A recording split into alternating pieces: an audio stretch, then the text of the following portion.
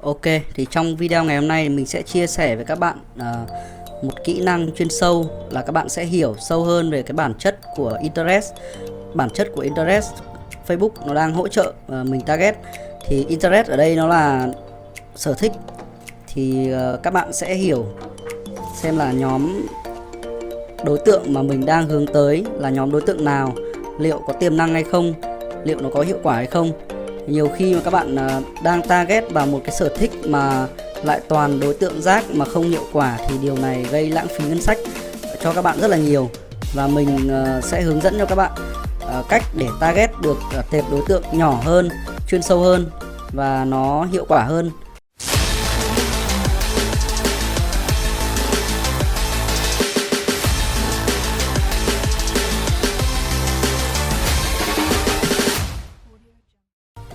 Đây thì mình đang ở trong cái phần trình quản lý quảng cáo của Facebook.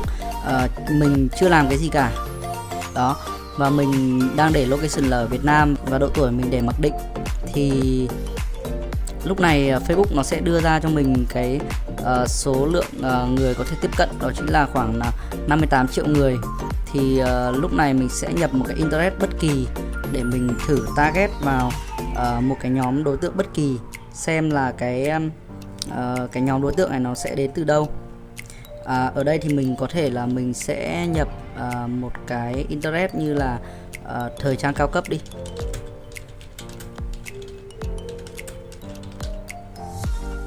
Ok, thì đây là một cái tệp đối tượng, đây là một cái interest nó khá là rộng, và nó ở đây nó sẽ cho mình một cái kết quả là 4,2 triệu người. Thì lúc này mình làm gì? Thì lúc này mình làm thế nào để mình biết được là cái thằng Facebook nó target cái tệp interest của đối tượng 4 triệu 2 này đến từ đâu? Tức là lúc này mình làm sao để biết được là 4 triệu 2 người này đến từ đâu? 4 triệu 2 người có thể tiếp cận này đến từ đâu?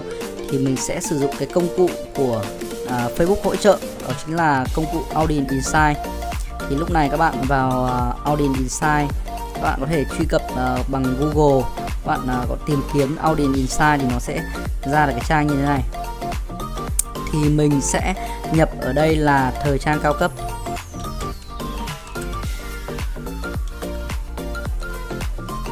Đó, và mình có thể xem qua là tại Việt Nam độ tuổi thì mình để mặc định, và cái interest thời trang cao cấp này nó hướng đến 3,5 cho đến 4 triệu người, 4 triệu đối tượng. Thì mình thấy là nó cũng khá là chính xác. Và các bạn có thể xem qua về cái nhân khẩu học, như là đối tượng như là nữ 81%, nam 19%. Thì mình thấy là nó khá là chính xác. Và tình trạng quan hệ cũng như là trình độ học vấn thì các bạn có thể tham khảo qua về cái chức danh ở trong cái mục nhân khẩu học này. Thì cái mà mình quan tâm ở đây là cái lượt thích trang. Đó, cái lượt thích trang này thì về bản chất của thằng Facebook nó hỗ trợ mình target là khi mà các bạn chọn cái interest là thời trang cao cấp thì nó sẽ target đến khoảng 4,2, đây, khoảng 4,2 triệu người nằm trong nó là những cái đối tượng nằm trong những cái người mà tương tác những cái page như thế này. Đây, những cái page như thế này. Thì các bạn ở đây các bạn làm gì? Các bạn sẽ đi vào các cái page như thế này để các bạn xem là những cái page như thế này nó có chính xác, nó có đúng với cái interest mà mình đang nhắm tới hay không, để các bạn target. Đó, thì nó là cũng là về thời trang. Các bạn đấy, thì các bạn có thể vào, các bạn cảm nhận xem là cái fanpage này nó có đúng với cái target của các bạn hay không. Thì ở đây thì mình cũng có thể mình target sâu hơn vào những cái page như thế này, bằng cách là mình sẽ xem là Facebook nó có hỗ trợ mình target vào những cái page như thế này hay không. Đây, ví dụ như những cái page như thế này, sao chép, mình sẽ qua mục sở thích, mình sẽ xem là đây thì có những cái page thì nó sẽ hỗ trợ cho mình target như thế này. Thì mình sẽ co cái tệp đối tượng từ cái mục sở thích to, mình sẽ co nó lại từ những cái page nhỏ.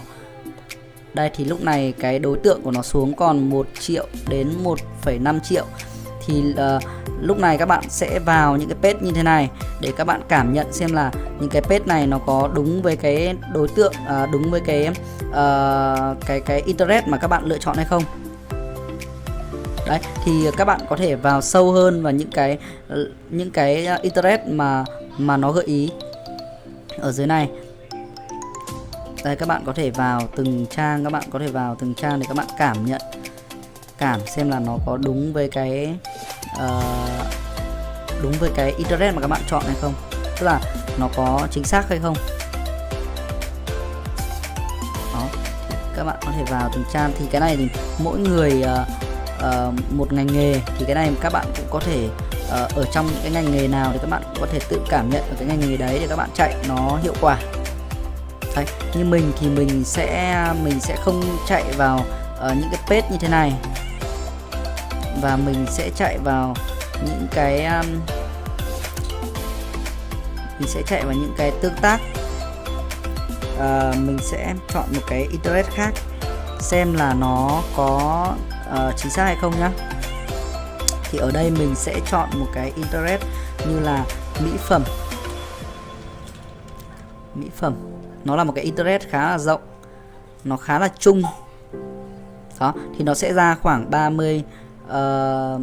35 cho đến 40 triệu người. Thì những cái trang này là những cái trang mà liên quan đến cái mỹ phẩm. Thì mình thấy là một số cái thì nó hơi tào lao. Đó, một số cái thì nó cũng khá là chính xác. Thì các bạn có thể vào hết các cái trang như thế này để các bạn cảm. Thì đây là mình thấy như thế này là nó đưa ra những cái interest nó cũng không được chính xác cho lắm. Thì cái đấy là do tùy các bạn có thể target thôi. Như mình thì mình sẽ không target đến những cái fanpage kiểu như thế này, và mình sẽ target vào những cái post, những cái bài viết, những cái tương tác của cái fanpage như thế này thì nó sẽ chính xác hơn. Đây, ví dụ như mình sẽ target thẳng vào những cái post như thế này để mình có thể lấy được cái đối tượng nó chính xác. Đó, thì tùy vào mỗi một cái ngành nghề thì các bạn có thể tự cảm nhận xem là nó có đúng với cái interest của các bạn hay không. Thì mình thấy là như các bạn target vào những cái mục mỹ phẩm nó lớn thì các bạn sẽ gây rất là lãng phí về cái ngân sách. Bởi vì là khi mà nó target đến một cái tệp đối tượng lớn như thế này thì nó sẽ target đến tất cả những cái trang, những cái fanpage mà nó gợi ý ở đây là có những cái đối tượng mà có thể liên quan đến những cái interest của các bạn chọn. Thì ở trong video này thì mình sẽ nói cho các bạn hiểu về cái bản chất của của cái interest mà Facebook nó hỗ trợ mình. Đó chính là các bạn hãy co cái tệp đối tượng lại, target sâu hơn, các bạn hãy vào, các bạn nghiên cứu và các bạn target sâu hơn vào những cái page và những cái page. Các bạn thử xem, các bạn thử tìm kiếm xem nó có cho mình target vào những cái trang như này hay không. Thì có những cái trang nó cho mình target vào và có những cái trang nó không cho mình target.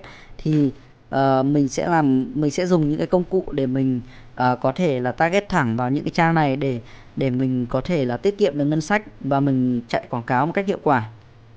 Thì cái này thì mình nói cũng khá là nhiều rồi. Và đấy thì các bạn tùy những cái lĩnh vực các bạn có thể tìm kiếm ở cái mục interest này và các bạn target bên này để cho cái tệp đối tượng nó được co lại. Đó, thì các bạn có thể target sâu hơn vào những cái những cái page, những cái interest nó nhỏ thì cái tệp đối tượng nó sẽ chính xác hơn. Thì cái tệp đối tượng nó sẽ chính xác hơn so với cái interest nó rộng. Những cái interest nó rộng thì nó sẽ ví dụ những cái internet nó rộng thì nó sẽ target đến những cái đối tượng mà nó nhiều khi nó bị không liên quan đấy. Đấy thì các bạn có thể vào những cái trang như thế này để các bạn cảm. Và nếu ở nước ngoài thì nó sẽ target, có thể mình sẽ target được nhỏ mình có thể target nhỏ được những cái page như thế này. Và ở Việt Nam thì nó còn nhiều hạn chế, và bạn phải sử dụng cái công cụ để có thể target được vào những cái page như thế này. Và những cái post, những cái tương tác của những cái page, thì thay vì bạn bỏ ra một số tiền để target vào những cái tệp nó lớn, những cái internet nó lớn, nó rộng, thì bạn chỉ cần target vào những cái tệp nhỏ hơn để nó sẽ giảm cái số lượng xuống và sẽ có thể có được các cái tệp khách hàng nó chất. Đó, thì các bạn cứ vào trong này, các bạn vọc vạch thì nó sẽ các bạn sẽ từ những cái internet nó rộng thì các bạn có thể vào những cái trang nó gợi ý, những cái trang nó có những cái đối tượng nó liên quan đến internet của các bạn, để các bạn vào, các bạn cảm nhận và các bạn có thể target mà bạn chạy quảng cáo nó sẽ hiệu quả hơn. Trên đây thì nó là cái nguyên lý của cái internet mà Facebook nó hỗ trợ cho mình target. Và dựa vào những cái gì mà mình chia sẻ nữa thì các bạn sẽ cảm nhận và lựa chọn cho mình những cái phương pháp và lựa chọn cho mình những cái internet nó phù hợp với cái ngành nghề của các bạn. Chúc các bạn chạy quảng cáo hiệu quả. Và xin chào, hẹn gặp lại các bạn ở những video tiếp theo.